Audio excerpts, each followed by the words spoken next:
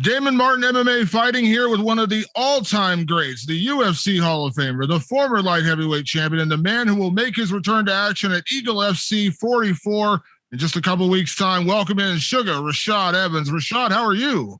I am great, man. I am great. Sore, but I'm great. Yeah, it's that good sore though, right? Because you got a fight coming up. Yeah, it's a good sore. You know, to kind of feel like you did something, that kind of sore.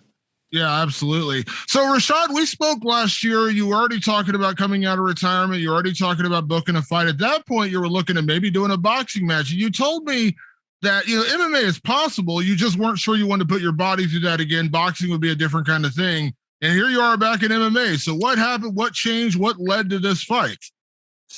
Just more or less opportunities, more than anything, and I've been training more, doing the MMA stuff, getting Greg Hardy ready to fight. And I got a few other guys in the stable that I've been training with. And that's what I do every day. So I'm like, if I'm doing it every single day, I might as well at least get paid for it. Absolutely, absolutely. Well, and now again, Eagle FC's coming up. Habib is starting the organization. We've seen the way they're building this card. It's huge, and they just signed Kevin Lee. I mean, they're making some big moves here. But what was it about them that made you want to work there versus? I'm sure you could have sought out offers from Bellator or PFL, whatever you want to go. I mean, obviously you're Rashad Evans. So what was it about Eagle FC that made you want to go there?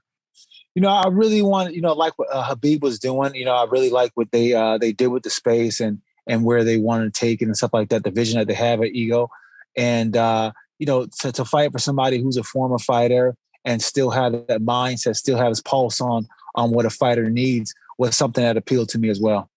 Yeah, absolutely. Absolutely. So let's backtrack, Rashad, because I want to say it was maybe a year and a half, 2 years ago, we first heard the rumors that maybe you were thinking about coming out of retirement, but I know you started training, you started working with guys, you started coaching.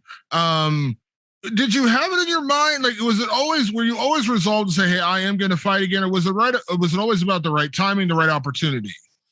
It was always about the right timing, the right opportunity. I've been, ever since I retired, I've been, making my way back to MMA as far as my love for it and the feeling that I had for it when I originally started, because towards the end of my career, I just kind of fizzled out to the point where, I really didn't want to be in there. I didn't really want to, I wasn't really connected to the fight, and I really wasn't, bringing forth the part of myself that I know I can bring forth. So it was a bittersweet towards the end of my career in the UFC, but, through the years of training afterwards, I started to find that love again for fighting and fight for MMA. So I was like, what, let me just do it one more time for the one time.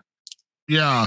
So let me ask you about that, because we hear this quite often, when you get, to a certain point. I don't know if you want to call it burnout or just, getting tired of being, we've heard this before. You're not the first guy, of course, to go through this.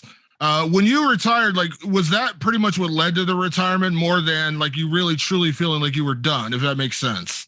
Yeah, that's what led to retirement. I didn't feel like I could really bring it mentally anymore. It was because being a fighter, it's you being ready physically is one thing, but being ready mentally is a whole nother thing in itself. And having the right why you're doing it is very important. And you're not when you don't reassess that why, and you don't have that focus on why you're doing it, you can kind of get lost in the sauce of it all. And if you're not connected with the sport, then it's very hard to do, because the nerves of it, what you're getting ready to do, it starts to really weigh on you in a different kind of way when you're not connected to the sport. Yeah. So give me the why now for Rashad Evans in 2022. What is the why now?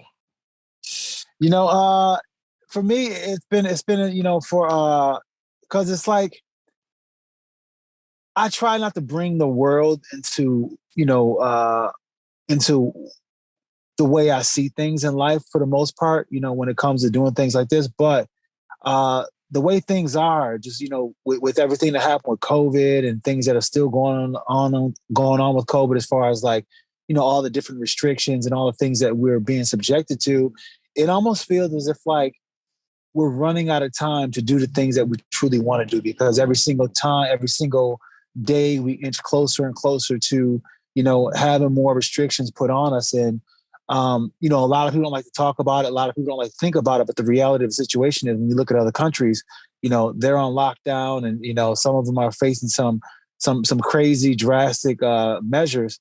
And when you look at the roadmap of where the road is headed, the world is headed, it just doesn't seem like it's going to be a world that allows, this freedom of expression. So for someone that is that truly loves this as a freedom of expression, if I can just do it one more time, then I want to do it.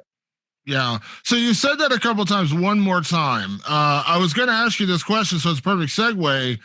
Is this one? Is it one and done? You're coming back fighting Gabriel Checo and that's it? Because I know how that hunger goes, Rashad. I know how that you get that fire and you go out there and get it's like having a chicken nugget or something. You have one. There's no way you can stop. You got to have two. You know what I mean? Like, so is this really one and done, or is it one and let's see what happens? It's one and let's see what happens. I just don't want to. I'm 42 years old. You know what I'm saying? And I'm not to the point where I'm disillusioned to the point where thinking I'm gonna go on, another 5 years of being able to compete at this level, at the highest level. I'm competing against some guys who are a lot younger and have different ambitions on where they want to be in the fight game. So it's different. I'm working at a disadvantage here in that sense, but at the same time, I do enjoy it and I do want to go out there and still show what I got. Beyond your fight career, Rashad, and we've talked many times over the years of you being an analyst, being an analyst, working in the broadcast booth, you understand the sport, you analyze the sport. Did any of that play a part in when you decided to come back? And what I mean by that is you're asked often, like when you do analyst stuff for the UFC, they'll say, man, he's had a bad outing. He's had this run. Like, do you think this guy should walk away? Do you think this guy should retire? Like, the conversation. You've had those conversations with other fighters. Did you have that in your own head, in your own mentality, saying, I'm making the right decision coming back? Because you have a little different mind about it because you do have that analytical mind versus just the fighter mind. Yeah, yeah, I can see what you're saying. For me, for me to come back was just more or less just that deep hunger. I really needed to feel that hunger to compete again. It's a certain kind of hunger that just doesn't go away with training. And it's something that keeps you up at night as far as like the interest in wanting to watch fights and doing all the things that really make you a champion and separate you from the rest of the crowd. When I first started fighting, I couldn't get enough fighting. That's all I wanted to consume, everything fighting. I was watching all kind of videos and all kind of fights. And, when that feeling came back and the hunger came back to compete and it wasn't satiated with training or anything like that, then I knew that, okay, I might, I definitely still want to do this and I still have the capability of doing this. So I just want to see what happened if I do it again. Yeah. You said that you've acknowledged, you're 42 now. You're not the guy necessarily chasing a UFC title, let's say. That's not necessarily the goal. Is this more personal for you though, in terms of like what goals or aspirations you have coming back? Like, again, because you've done so much, you're a UFC Hall of Famer, you know what I mean? So like when it comes down to it, are you thinking about, well, hey, if I do this, this could happen? Or is it just about one at a time, having fun and doing this really kind of, I know it sounds weird saying selfishly, but like just doing it for you? Yeah, that's exactly it. I'm just doing it for me. And that's what this whole journey from when I retired has been about, my whole experiences and everything, the journey that I've been on, just finding myself again outside of the sport. It was really about just me getting back to me and competing from that place where I've come to learn myself from, because I feel as if like, when I was competing, I started out one way, but then just getting caught and getting,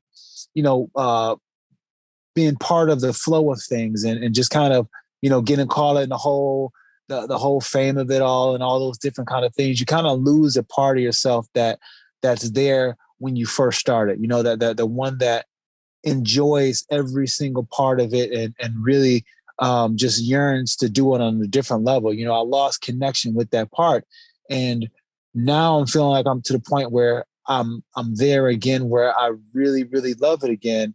And it's just like, I'm in love with fighting again, and that's exciting. That's fun for me, and I enjoy the process of getting my body, but most importantly, getting my mind ready to go against another human being. Yeah, and this time you get Gabriel Checo. Of course, he's more of a submission specialist.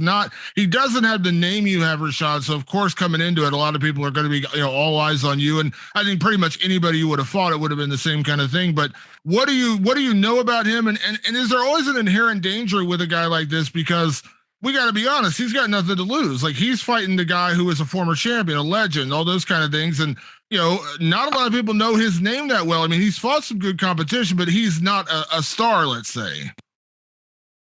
Yeah, I mean, there's always a lot of danger when you're going to get somebody like this because I'm his Super Bowl. I'm his big fight. I'm his big chance to further his career in any direction, and whatever he can do to me is something that is going to further him in a big way in his career. So I know that he's coming in there with that. And, one thing I said about, competing is you never want to step into the cage where somebody, where they're hungrier than you are, so being able to find that hunger, being able to say, okay, this is what this guy's coming in with. He's coming in hungry as hell. And I got to match that hunger because I'm not trying to be anybody's food. You know what I'm saying? So that's what it's been about for me, is just making sure that I'm mentally bringing myself to the point where I'm like him. I'm looking at him as the opportunity for me to further myself, and once you mentally make that switch, it's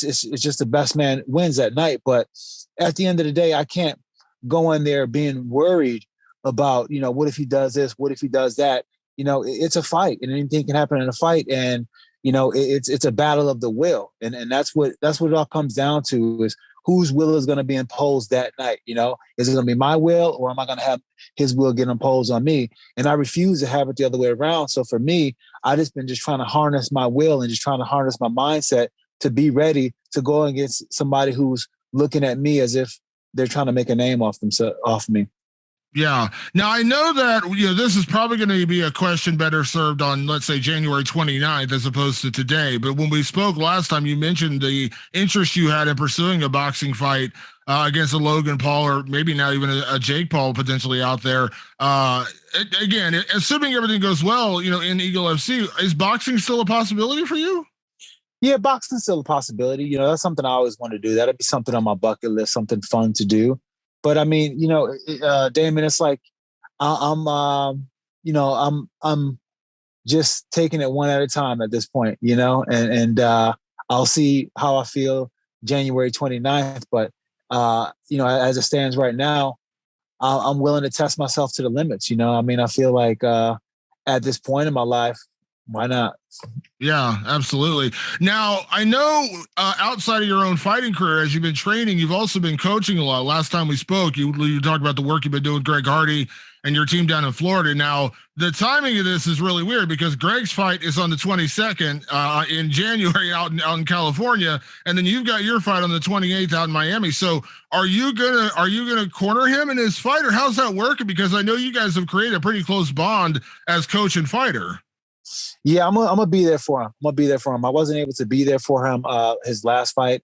I tested positive for COVID, so I wasn't able to go for that fight, and it really hurt me not to be there. Greg is somebody that I care dearly about, and I've gotten to know over the last couple of years, and it's been a very cherished relationship. So if I can be there for him to let him know that you got this, then I'm gonna do it, and I'm gonna be there for him.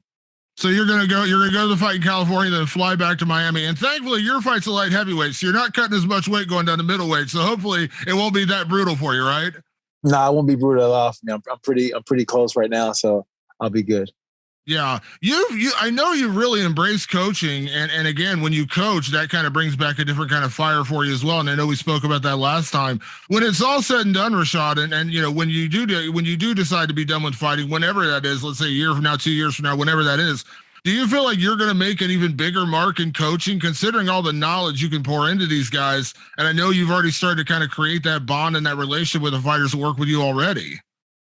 Yeah, I hope so. I hope that my coaching will be, the biggest aspect of who Rashad Evans is, because what I've learned in the last few years with just coaching is just that the feeling of being able to give yourself on that level and being able to help somebody further their career is a blessing that keeps on giving. You know, being able to watch Kamaru Usman, you know, become who he is, you know, and where he started from, and my, you know, my involvement in that, it makes me so proud, you know. And when I see him go out there and compete, it's like I keep winning too, you know. So it's a gift that keeps on paying, and you know, if I can do that for many other athletes, then that'll be a beautiful thing. Yeah. Now you mentioned Kamaru. Last time we spoke, I put you on the hot seat and I made you talk about Kamaru versus your boy George St. Pierre. Now, since we spoke, Kamaru's gone out and defended his title. I think once or twice more since we spoke last time. Incredible 2021. I think everybody ranked him the fighter of the year. And I know it breaks your heart, but I'm asking that question again now that we're kind of a little bit past it. Is Kamaru now the GOAT for you, Rashad? Has he moved into that GOAT position in the welterweight division? He's definitely moved in that GOAT position. You know, it's kind of weird to say because in my mind he's always little bro, but you know, he's definitely you know, he's a monster out there, and his work ethic is second to none. You know, the way that he works, his mindset, bringing himself ready to compete is really something to behold, and to watch him to be the athlete he is right now is amazing, and to see where he's willed himself to be is you know, twice amazing for me. So yeah, he's the GOAT for me.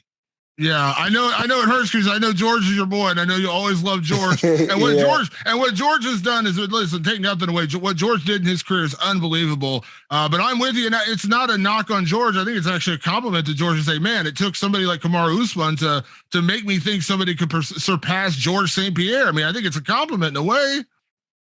Yeah, absolutely, absolutely. I mean, you know, George always holds a special place in my heart. You know, just because, you know, not only was he a great fighter, but just who he is as a person. You know, George is one of the most amazing people that I know in the fight game, inside and outside the cage. And you know, that's another thing that, you know, just makes George just that dynamic of a person. You know, he's not somebody who handles people. You know, he treats everybody, not even just the people that he's you know, friends with or have status. He treats people like amazing. You know what I'm saying? Just random people, and that just goes to show like he's a champion inside the cage, but he's an even bigger champion outside. Yeah, absolutely. Talk about people you've worked with, Rashad. And I know we've had this conversation before. I remember several years ago when he was going through a lot. You talked about, you know, you actually sent well wishes. You probably remember the conversation we had about Jon Jones when he was kind of going through some tough times, and you said, "Yeah, I root for him to come back. I root for him to get things together." I'm not going to ask you about anything outside the cage, but I'm curious, as a guy who's done it, as a guy who's fought in multiple weight classes, you know how hard it is. You fought at heavyweight on The Ultimate Fighter. You fought at light heavyweight, became a champion, and you fought at middleweight. You know what that's like. I'm curious, as a guy who knows Jon and knows heavyweight, you work with a massive one right now, Greg Hardy. That is a big heavyweight guy. How do you think Jon's going to do at heavyweight? Because there's been a lot of debate about that. I mean, I think I've said it to a lot of people. I think he's the greatest mixed martial artist of all time. But you know, when you're getting, you know, hammers thrown at you by guys like Francis Ngannou, you know, that, you know, you can be the most talented guy in the world and still take a shot from that guy, and it doesn't matter. All the talent goes flying out the window. So I'm curious how you think Jon will do at heavyweight. I think Jon is going to do really well, and I think so because, you know, I'm just watching the way Jon is preparing himself. You know, Jon is really taking his time to, you know, put on the size, but not only put on the size, acclimate his body in every single facet to be a heavyweight. You know, he's really taken the steps, and he's really been a student about it as well too. You know, he's out there working with you know, Henry Cejudo, and working with, you know, some of the great top wrestlers out there that Henry Cejudo brings. And you know, these are the kind of things that's going to make Jon once again you know, separate from the pack. You know, so I think that Jon can do really, really well at heavyweight. But I mean, it's all about, you know, can Jon really hold it together to make sure that the outside distractions don't mess with what he's got going on in the cage? Because I mean, you know, Jon is one of the fighters who I have so much tremendous respect for when it comes to competing as an athlete.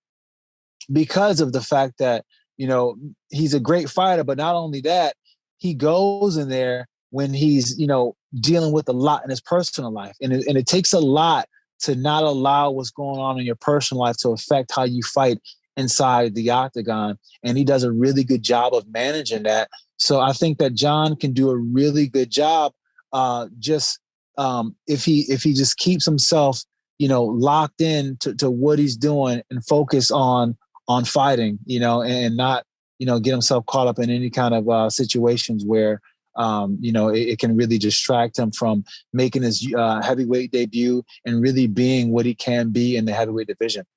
Yeah. Do you think Jon has the capability? I mean, I assume we all agree probably he does, but do you believe when you look at the lay of the land at heavyweight in the UFC, he could be champion? Yeah, I think he can be champion. I think that, there are some aspects of the fight game at heavyweight that he's going to have to get used to. And part of that is just the power aspect, defensively, he's going to have to be a little bit more responsible. I feel like at light heavyweight towards the last few fights, he kind of was a little bit more defensively lax than he was and getting hit a little bit more than he was in previous fights.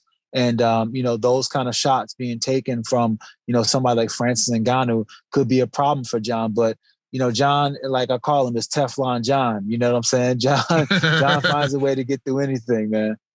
I love it. I love it. Last thing I want to touch on real quick before I get you out of here, Rashad. You talked about it when you did Joe Rogan's podcast, and I know John Hopkins is doing it with the psychedelics in combat sports. I remember, I'm sure you saw the special that ran on Real Sports. I think it was last year. They talked to Ian McCall, Dean Lister, guys like that. I know you've been an advocate for that. And I looked up the John Hopkins study, and you actually had a video on there. I was like, hey, there's Rashad doing a video on here. I'm curious your take on this, how much of an influence that's been, because we've heard so much about this. And I've talked to some of the guys since that special came out, how much of a difference that's made in terms of recovery, brain recovery, all those kind of things. And I know you've kind of become an advocate for it. Yeah, I'll be honest. I'll say the mushrooms have really transformed me in so many different ways, and being and healed my brain. I was suffering from kind of issues where I was nervous about what was going to happen after I got done from fighting, because in New York I had a situation where I didn't get approved, and it was found that I had some damage to the frontal lobe or something like that. And, they had to go through my old MRIs and check out to see if it was anything new and stuff like that. But lo and behold, it was something that happened before I was even, in the UFC, and it was on my previous MRIs. But once I got done from fighting, it was something that played into my mind like, man, what am I going to do? I don't want to have to, be developing these CTE symptoms or having these kind of problems. So I really started to look in different ways to heal my brain.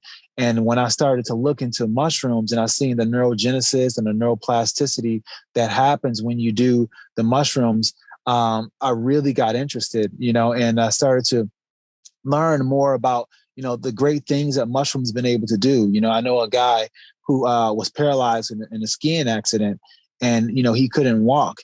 And he did some mushrooms just, on some recreational type stuff. And then he found that, he had sensation and feeling and where he didn't have before, and his paralysis in his legs and things like that. And eventually, because of that, he started using psilocybin when he was doing his therapy, and he eventually learned how to walk again.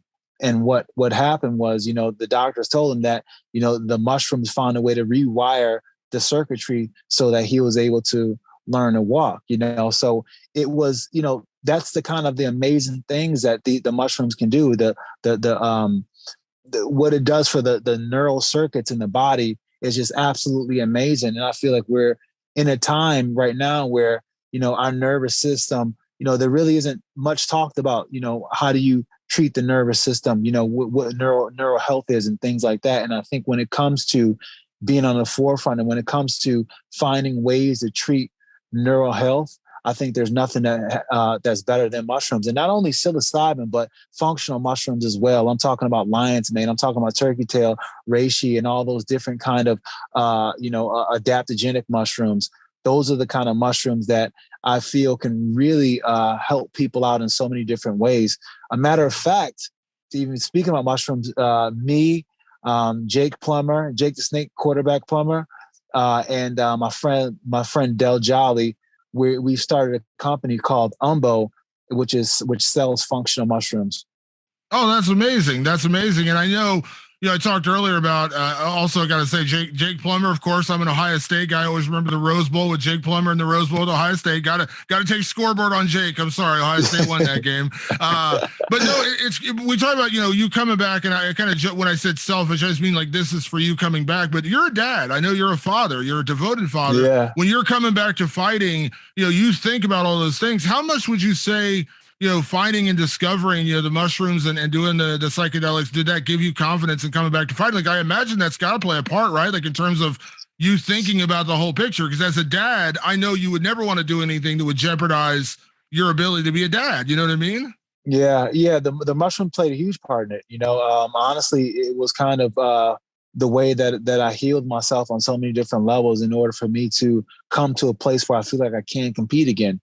I felt like before the competitor in me was broken in a sense, and I kind of lost that desire, lost that way, it's like the flame that was ignited before for so long was just went out and it was diminished. And I kind of felt it going slowly. But, through my journey within my last few years, and ever since I've been, healing myself with the mushrooms, I've been able to ask myself the hard questions. I've been able to deal with some of the issues that really kept me from being the best that I can be. And then now I feel like I'm in a place where I feel like I can compete, and I feel like I've gotten the love back. But it was through being able to have the perspective to see what I needed to change in my life. Yeah, absolutely. Well, listen, I'm never gonna knock medical science out there in terms of when you have to take drugs to help yourself. I'm not telling anyone not to do that, but I also am a big believer in natural. You know what I mean? That's of the earth. That's things you're taking. And I love that that's become. I love that that's become such a big thing, because so much of the nervous system, so much of the brain is still a mystery. Even we've been studying it for hundreds of years, and it's still a mystery to so many people. The fact that something like psychedelics are truly helping people, I just think it's amazing, because it's not being grown in a lab and being put together by pharmaceutical companies. It's something of the earth. I love that that's becoming healing people. I love that that's healing people. I love that it helped you and a lot of other people. Yeah, I think that's a great point you make too. It's from the earth and it's natural and is doing a great job of healing people on so many different levels. And I think that when it comes to being able to find a way to seek neural health, there's really not a lot out there that you can look for when it comes to healing neural health. So to find something in a natural form like mushrooms is a game changer. And I think in the next few years, we're going to start to see all the amazing things that mushrooms can do, because I don't think that we even truly scratch the surface on just the true amazing things that the mycelium kingdom can really do.